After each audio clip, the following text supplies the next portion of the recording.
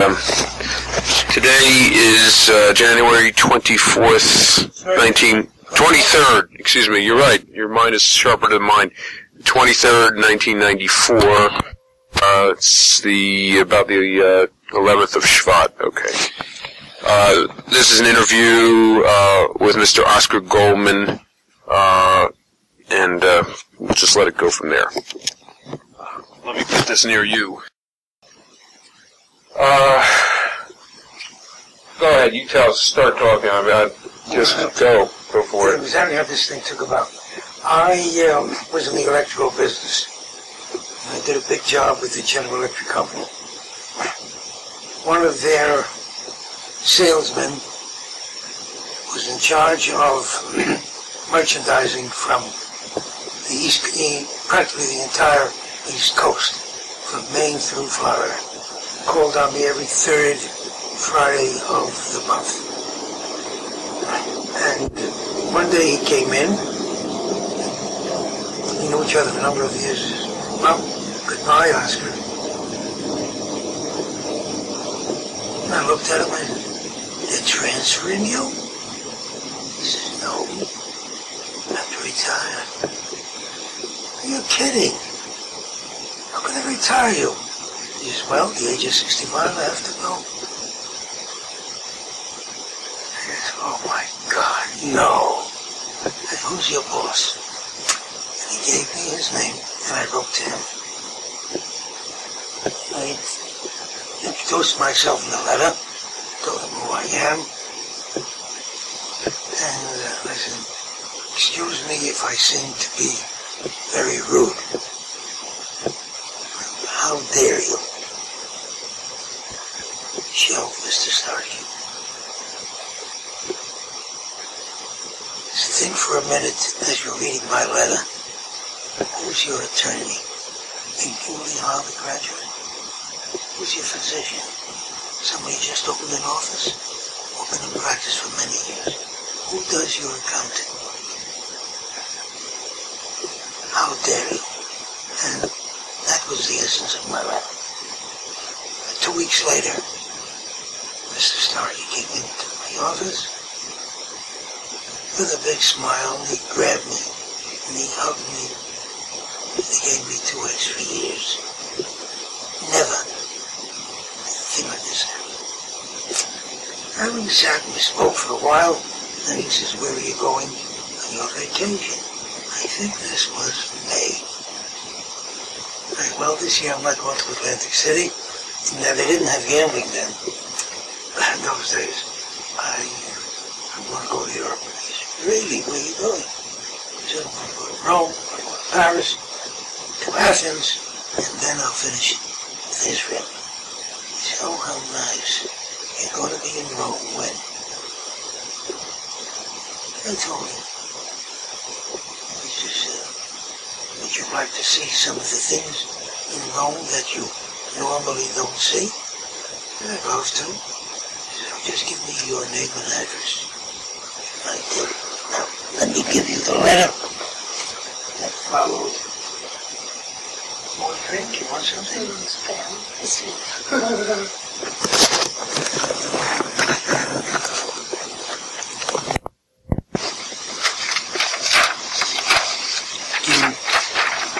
I have all the originals, of course. I'm going to tell you about what happened. I just had them Xerox. This is the envelope. This is the letter that came after.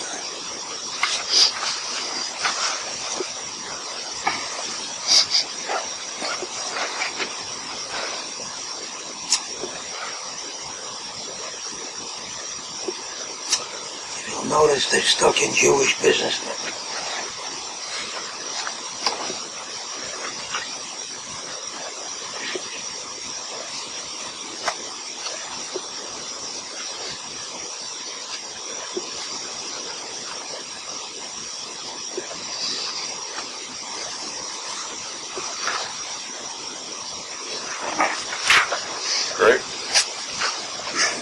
I got to make a copy of that. I'll give you this, but I would like to have 2 more copies. Two more copies. No problem. Some of my friends will ask me. Thank He wrote it? That was the invitation from the Pope to This is follow-up letter. July 7th. Great. July 7th. 1962. With Fabius asking you keep everything. I said, sure do. Because even some of the letters I sent you, I said, oh yeah.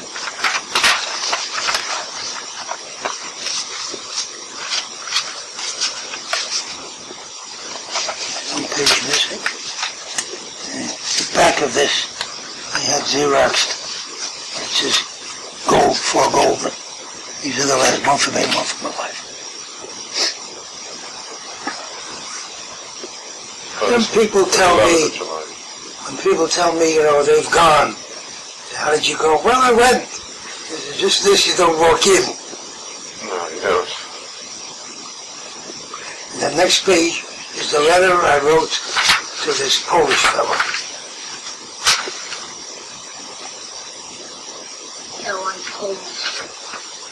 Because he came from Poland. Came to see Mr. Goldman. Okay. We'll make copies of this. Okay. Get back to you. Okay. Continue. Well, when I went to get my tickets, I met, I think it was Father Cunningham. Well, anyway, he said, have a good time, enjoy it. And they showed me around. First of all, were you ever there? I was in that. I joined the Rotunda.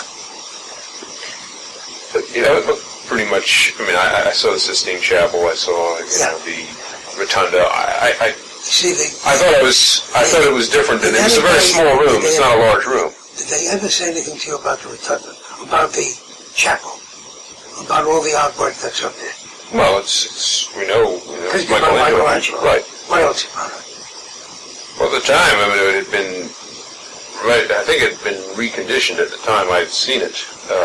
It's not a large ceiling, it's not a large room. No, it's a very small room. I thought it would be an enormous... So did I. Enormous room, but it was rather small. Painted everything in the nude. They were all nudes. And what you're looking at, he says to me, is the man who took us around. He dressed them. Pope, Pius, Pacelli. Pacelli didn't like the idea and he had him dressed. And he scraped that off, right down to the raw flesh. Okay, I'll buy that. Well, he told me. Interesting. Anyway, I said, well, when do I'd like to meet Father for the job. He said, I want to tell you something. Nobody can meet him. Nobody. He says, if you were a head of state, you could meet with him. You were president, sit with him in his room. Otherwise, he is never alone.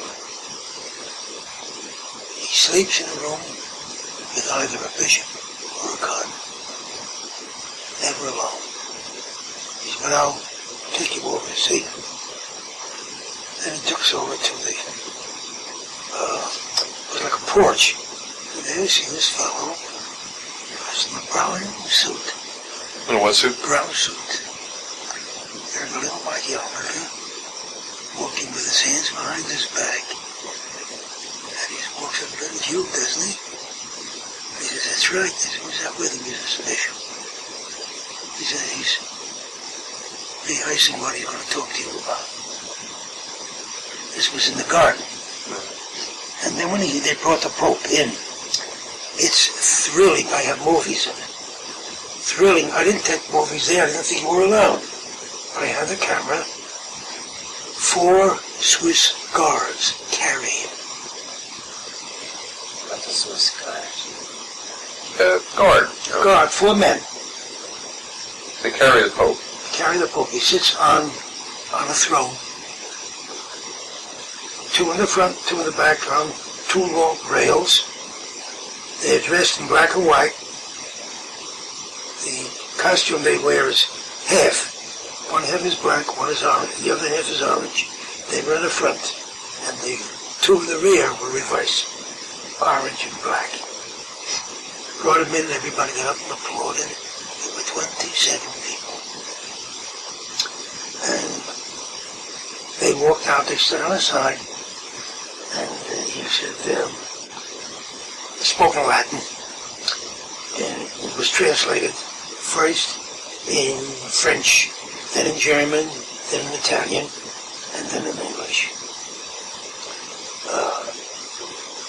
Thing took, I don't think it even took 10 minutes, but anyway, but he said the essence of it was, as you sit in this room, I greet you French people, German people, Italian people, and you two Jewish, and the other two, consider you, the other two who are sitting here.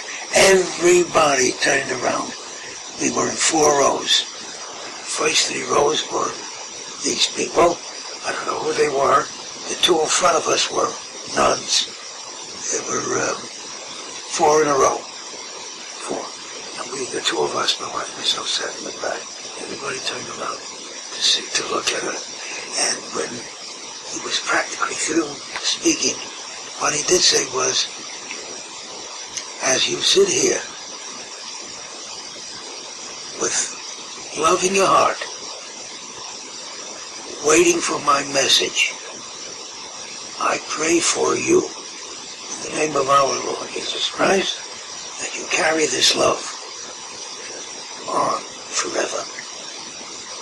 And before we left for Rome, before we left on our vacation, we left on a Sunday. On Friday, a young man came in from the chancery. He asked me, who's the fortunate one? Can I help you? He said, well, who's the fortunate one to go to? Yes, Mr. Goldman, who's partners with my brother. I said, which one? He's the one who's fortunate to go visit the Pope. I said, that's me. He said, okay. For the Jewish faith? Yes. I want to give you the protocol on how to act when you visit with him. You don't have to kneel if you don't want to. You don't have to kiss his ring if you don't want to. And you don't even have to put anything in the poor box. And he wished us. Pushkin stuff. And wished me luck. That was it. He showed me his credentials. When everybody got up, when one of the nuns turned around and said, he is through. He's going to give us the pontifical blessing. And I don't think you're going to kneel. So you can now take pictures. And that's when I got my camera rolling. And everybody walked up in line and kneeled, kissed his ring, and we sat. My wife and myself sat. These 4 guards came out again. They carried him out, and I said to my wife, let's go out there. She said, no. So what are you afraid of? What are you afraid of? We walked out, and I said, stop quickly. Aren't you cold? A solid chair, but 4 people carried him. Yeah, he was sitting on a chair. The chair was made out of solid gold? This is all hell. Solid gold. Solid gold. Solid gold with red velvet here and a little red velvet cushion here. A couple of £100 for sure. That chair. And we stayed a minute. I walked around. I looked at it. I said, let's go. We walked out the way we came. This was my visit with the Pope. Well, how did you get down to the lower chambers? He met this fellow, met us in the rotunda. He was holding a little plaque on Goldman. He walked over and said, Mrs. Goldman and Mr. Goldman. He said, okay. He looked like a prison guard. Had a ring of keys. He said, follow me. We walked down they wrote, I don't know what they wrote, 4 or 5. I think there were no more than 3 floors down. It was a spiral staircase. I had the key immediately. He opened the door, and the room was dark. You were the only people going, right? The only 2 going. Now, how did he select you to do this visit? Did you ask for this, or? Oh yeah, I asked for it when I came to pick up my tickets. What did you ask for? I asked this fellow. I think his name was Cunningham, Father Cunningham. Right. He said, I'm a divinity student, and when I was 10 years old, I was taught that when the Romans came, they destroyed the temple.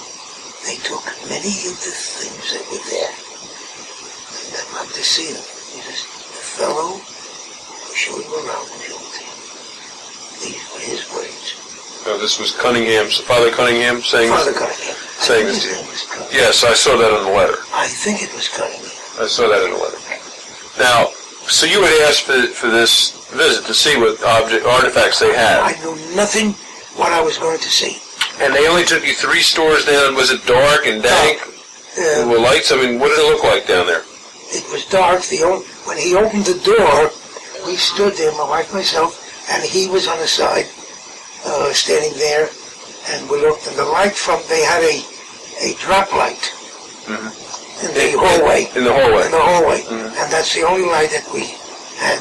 No light in the room? No light in the room. How large was the room? I'd say 15 by 20. Feet? Maybe a little larger than this room.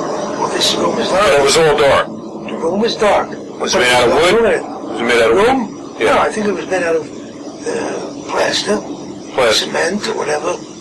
Now, this was 3 stories down from the rotunda. From the rotunda. Straight down. Straight down. We walked out of the rotunda and we followed him down. Okay. And what did you see in the room? We stood there. Forward to the right was a menorah on I don't know if it was a box or a table. And all I remember seeing were I didn't see the pedestal. I didn't know if it had a pedestal, but it was standing on something. On the other end... What did it look like, gold or...? No, gold. Pure gold? Pure gold. It wasn't shiny. No, wouldn't have expected that. No, it wasn't shiny. Probably all dirty and everything. Well, I don't know, was it dirty or is it just dark, oxidized, Oxidized, I would say. But you can see gold. This was gold, pure gold. Pure gold. What first of all, how large was it? I would say it was about 3 feet, 30 inches, maybe 30 inches. Tall? The height was, maybe 30 by 30. It was 30 feet, 30 inches long and 30... Yeah. I didn't see a pedestal. Now how many pedestals like a table? But in other words, you didn't see a platform pedestal for it? No. Like I didn't see the Archititus? No, I didn't see Not like the Archititus? No, I didn't see the menorah that has the configuration of a pedestal part of it? Yeah. Okay. Don't ask him how many candles. Why not? Just ask him that. Why didn't you ask? How many candles? 7. It was 7. That's it. 7. And what I wanted, why... Did they have the flowers? That's what I'm going to tell you. Frager? What I missed most of all, when I learned this, when I went to the yeshiva as a little boy, yes, I couldn't imagine how they made this out of one piece of gold. It was made out of one piece of gold, right, especially the prachim, right, the flowers. And I stared at that more than... So you saw that it could have been made out of one piece of gold? Oh yes, definitely, it was one piece of gold. This was one piece of gold? One piece of gold. You're in the electrical business, so you know electrical plating and everything else, so you know metallurgy, in other words. So you saw this as a... People have been asking me about the various kalim. They were all black. Kalim, utensils of the makdsh, of the temple. Before we get to the Kalim, I must continue in the menorah because that alone is fascinating. Is the most fascinating. That's correct. That's correct. But the prachim, how did they look like to you? What did they look like? I don't know. Were there rows of prachim? I don't know. No, each one, they were like this, on every one of the arms. Yeah, like there were no prachim on the arms themselves, just at the top? The top? No, I'd say more towards the bottom. The whole bottom, like more towards the bottom. Can you draw a picture? Yeah. Yeah, here. Draw it on here. Why don't you draw it large for me so that you can just sketch it for me, because I'll put that in too.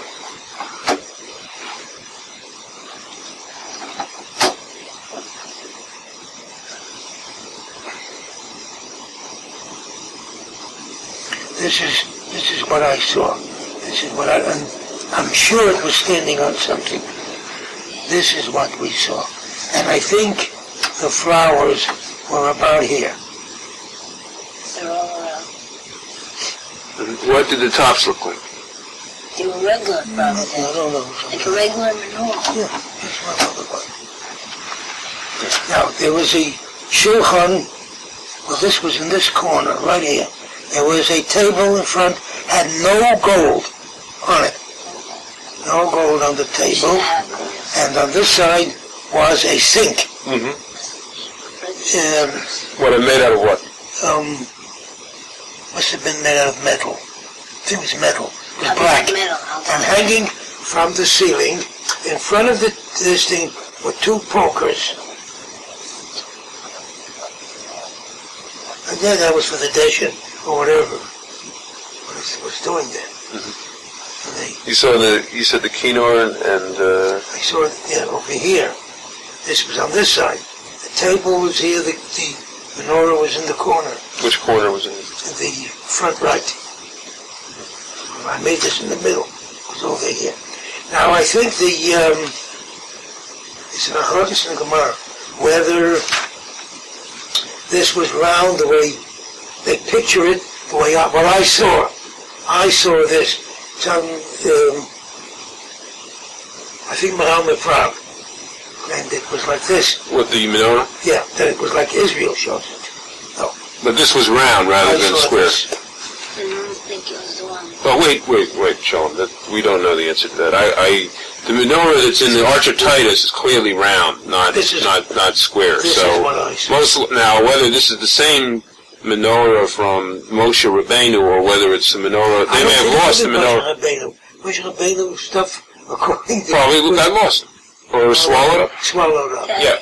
I don't know, swallowed up. The menorah, we know that the second base of Mikdash already, they probably didn't have his menorah, so the likelihood is that this was a menorah from the second base of Mikdash period, which we know it should have been, and it wouldn't be surprising to see it this way. Now, yeah. It's supposed to, in school they told me it's supposed to be not round, it's supposed to be like straight down, like on the sides. A triangle? Yeah. That's what the... No, like straight and on the sides. Well, this is the Bavich. The Bavich shows Yeah, like that. Yeah, but most likely the Arch of Titus has probably the best replica of what they took, and that would make sense that this is the one they took. How much do you think it weighed? 3 pounds. I don't know if it was hollow or flat, made out of a flat piece of... But it looked solid. It looked solid. What can I estimate? Well, you estimate 60 pounds. 60 pounds. I really never thought about a weight. Okay, I just want to get... Now the table, when they asked me about the table, I was asked about the begadim. Right. I said, didn't see anything. I said, okay. It was known that they were burned. Clothes were burned. So there should be no... Clothing, the priests, the Kohanim's... Now, what about the shulchan, though? Do it another shot of what the shulchan looked like to you. The shulchan was, to me, was a rectangular table. And the dimensions on it. Maybe 8 feet. This was...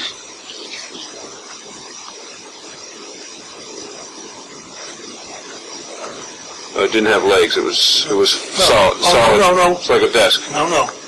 This had legs. It had legs. It had legs. I was able to see what I saw, what I'm telling you, I saw in 1 minute. You know, if I ask you to look at that wall, and you looked at the wall and said, okay, tell me what you saw. See? And it's been many years, so, but you saw legs. Oh, but I'm saying... The shulchan didn't have any levels to it? It was just nothing, flat. Table like you would see in a catering hall. And there was no gold around it. I definitely know there was no gold. They may have taken the gold off. They may have stripped it. Did you see any areas where they would have stripped it? No.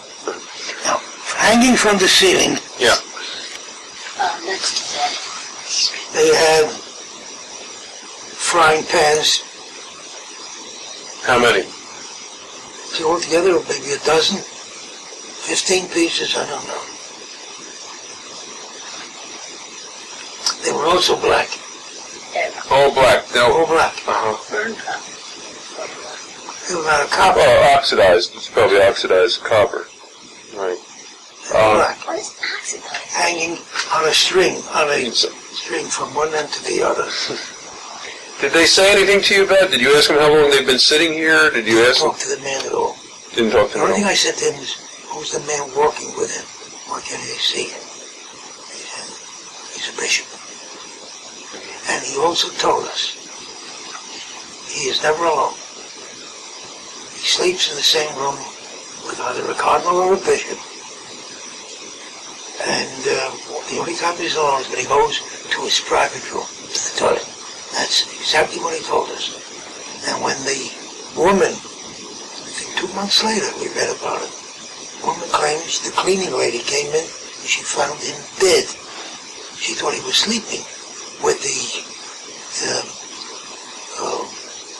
little table like you have in a hospital table where you put your food, that's what you read. And when I read it, boy, we read this. Wow. 2 months later. Don't you dare. And later on, and he was poisoned. He was so nervous. When they brought him in, he wore a white chalat or kittel, the same little white yarmulke, and he wore a bar mitzvah boy's talis over it. This little man here, I didn't see any fringes, and he sat like this, with the brown suit, he was with the brown pants, and this is the way he sat all the time, talking. Sounds like me. In all these years, you reported this when you got back? Yes. And who reported in? What newspapers did it appear? Well, I don't know about newspapers. The first one who came to talk to me about it, about what I claimed, was Rabbi Gurari. Gurari? Gurari. Or Gurella? I think Gurari. From what? Lubavitch. From Lubavitch, I think it was Gurari. Okay. And you told him about this? He sat on my piano stool, and I was sitting here talking to him. And who else have you talked to over the years about this? Various people. I haven't spoken about it for many, many years until this Yurki came to see me. Did he say that he would try to get the Kalim back to Israel? He would try his best. And he said, I believe... Is he still with us? Is he still... So he's still presumably working on this? Gets to New York, he told me, I didn't know somebody called like you did on the phone about this visit me. I didn't know who I'm going to see. So he would like to come Thursday. I said, fine. And being so close with Fabian, I called him. Right. And he says, of course I'd like to be there. You can tell Rabbi Schoenfeld that I was here. I'll tell him. He knows who I am. Now, I'm giving you my card, by the way. I don't say it. It says my name in it. It's obviously a tremendous... I've been waiting for this moment for such a long time to find out, because it was hearsay that everyone said that there were Kalim in the Vatican. And you were the first person that I've ever heard about, read about, that actually saw what appears to be true Caleb. I mean, there's no... No, what am I doing with it? In fact, I said to this man, I was sitting here, Fabian was sitting there, he was sitting close, and what Fabian said to him was, I would like to know something, besides many other things. Why did they pick on the Oscar Goldman to show what he says he saw? I believe that he said what he saw, he saw. Why did... So he says, Rabbi... So I said readily, he said, Rabbi, if nobody was here, it's Fabian and me. Husband of the shul. I says, Rabbi, why do you belittle me? He says, no. And this fellow says, now look, Rabbi, he was sitting here. He says, this lamp was started by somebody. This telephone was started by somebody. He said, started with him. We don't know how far it'll go. Well, it's going to go a lot further than it's ever gone before, I can tell you right now, because you ran it to me. And I will take this immediately to Ariel Sharon and see what I can do with it. I don't know if he's going to, do anything with it, but if he doesn't, I'll find someone who will. My feeling is that clearly there's a relationship now with the Vatican, and they have to make good on it. And one of the things, as you pointed out, was that the Polish people feel that was what he said to me. They'd like to make up for all their crimes against the Jewish people over the years, particularly with the Holocaust. And I think this would be a tremendous way to do it. My grandparents' day, they came from there. My grandma and one of my aunts came from Poland. They were burned in the Holocaust. Did he tell anybody? Did he tell anybody when he saw it when he came up? Yeah, he says he did speak to people right afterwards. Besides the rabbi, did he speak to any? He spoke to... How did Steve Lippman find out about this? How did Steve Lippman find out about you? I don't know. I never met him. He called me on the phone. Well, I was telling you about this Polish fellow. You have an appointment for 2 o'clock on Thursday. And it was made on maybe on Monday. He called me Tuesday, maybe Wednesday, and he says, I have to cancel our appointment. I had called Fabian in the meantime. Sure, I'll be there. Fine. Wonderful. I got a telephone call from him. He's sorry. We're having Polish elections. I can't make it. I called Fabian. And I knew the whole thing is a bluff, the stemmes, the whole thing is not so. Every no election. They're making our facility the way I bought it. That's it. Come to shore. The Oscar was right. The whole staff left America, States. And the funniest thing, he asked me not to, don't spread it thinly, his coming to see me. I said, fine. But I did call Fabian. I knew Fabian was coming. So when he came, I was sitting right here, waiting for him, and the rabbi says to me, Oscar, when is he coming? It's 2 o'clock. All times he's on lecturing at the Yeshiva. He says, talk to him, keep him occupied. My wife was here. My daughter came, she prepared coffee, cookies, and all. And when he came, I apologized immediately. He had a slicker over one hand, and the portfolio in his other. And I said to him, you'll have to excuse me. You asked me not to spread it thin. That's what he said. Don't spread it thin. I said, I invited my rabbi. Okay. I said, if I was Catholic, I'd want my priest to be here. So okay, Mr. Goldman, fine. When Fabian walked in, he got up. He said, I know you. But I don't know you. He said, well, you wouldn't know me. You spoke And he tells him, he says, yes. He says, I was in the audience. He says, you were a speaker. So I saw you. I sat in the back. You wouldn't have seen me. And then my chauffeur took over without the lights. The entire thing. Why do you think they did show it to you?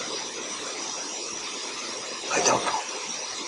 In 1962, of all years. Why did they show it? This was, of course, before 64 when they did their major edict that took away some of the blame, I guess, from the Jewish people towards their... Why? I don't know. That's what Rabbi and why Oscar Goldman. Are you a Kohen? No, I'm a Levi. You're a Levi.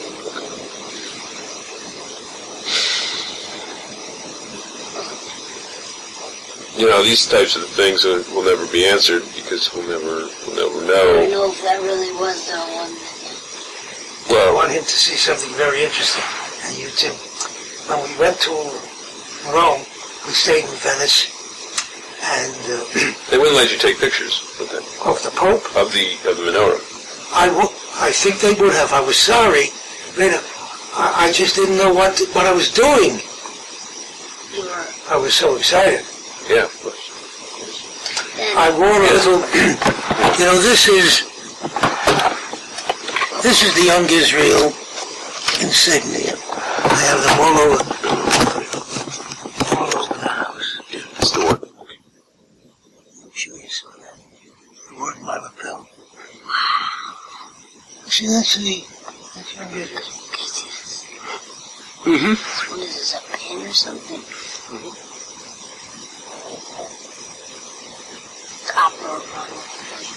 You said you have 8 great-grandchildren?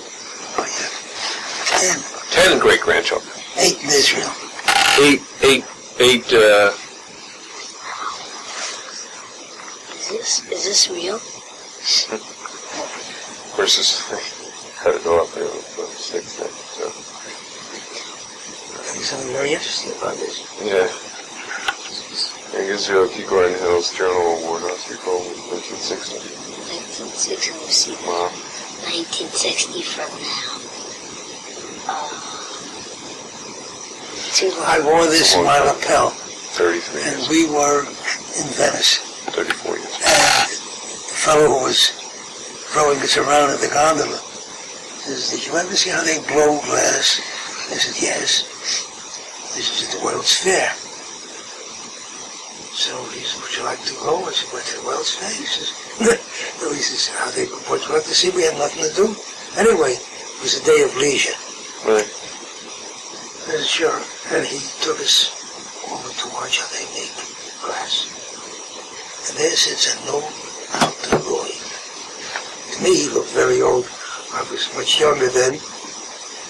Blowing glass, and he was smoking a pipe and just blowing this big thing. And he looks at me and he says, I make that in glass. What? This? No, the little... I don't need it. It'd be very nice. Well, in glass, I don't need it. He said, you like it? Make me a picture. And he gave me a piece of paper. And I made a picture of Young Israel. With the menorah, the star. I mean this? And the luchos. Yeah. So I just sketched something. He says, that make for you. He says, like that. He said, how much you going to cost? I didn't know what he was talking about. I said, how much you going to cost? $168.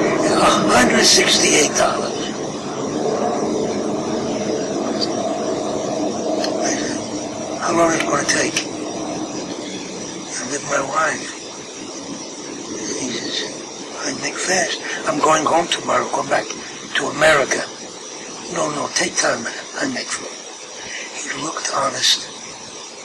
I gave him $168. He wasn't. Never argued with my wife. What did you do? He looked honest, man. It took 4 months. I get a card for customs.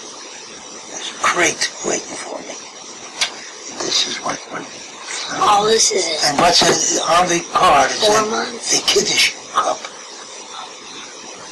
That guy is... Wait, she's going to show you what he got. So, let's wait. This is crazy. that guy chipped them. Maybe not. And the island cup. This is 22-karat gold. Wow, what's inside of it? Oh, gorgeous. Whoa! Look at that. Look at what he's got there. Oh my God! No, yes, you really, he didn't write, he was able to do it. Oh, wow, look at that.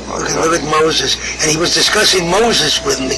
He says, you see, the horns? I said, that's not horns. He says, you Karnayim. I says, Karnayim are rays from the sun. He was a very smart man. He obviously was. Just like kosher radio. Yeah, that's what you probably should use. That's gorgeous. Isn't that something? This one should have That's sort of beautiful. This one should have been Dad. Right here. What are those horns? This guy might have been related to Michelangelo. What's the horns up there for? They're not horns. Those are rays of light. Rays of light. It comes from Hashem. Emanated. Is this real glass? Real glass. It's purple glass. Stained glass. How old is this? How old is this? 32 years. 1962. Well, use it in good health at Medvest from Shana. It's I beautiful. wonder it took 4 months. Beautiful. Well, this has been absolutely fascinating. Tell me. And I'm sure I have many, many more questions. And Can we come back tomorrow? You have any more questions? You want to ask about the menorah? You want to ask about... I have something that... Would they let you back in? If they invited me, I think I can... Your friend, is your Mr. Starkey still... Oh, he must be gone. let's see, it must be 1960. No, this was 19... He would be 95, 98 years old. You gotta take a picture of that, your mommy. Yeah, that's a good idea. Here, why don't you hold the coast here? No, you hold that, I can hold it. No, you do it. It's come more... sit with me. Okay, you sit come down. sit Sit with down. me. Okay. I like to get the... The Moshe? Oh, the menorah. The menorah is better. Yeah, you had it there. I had it before. You had it in front. A little bit, turn it a little bit more. And turn it a little bit straighter like that. Wait, let me do this a little bit for my help.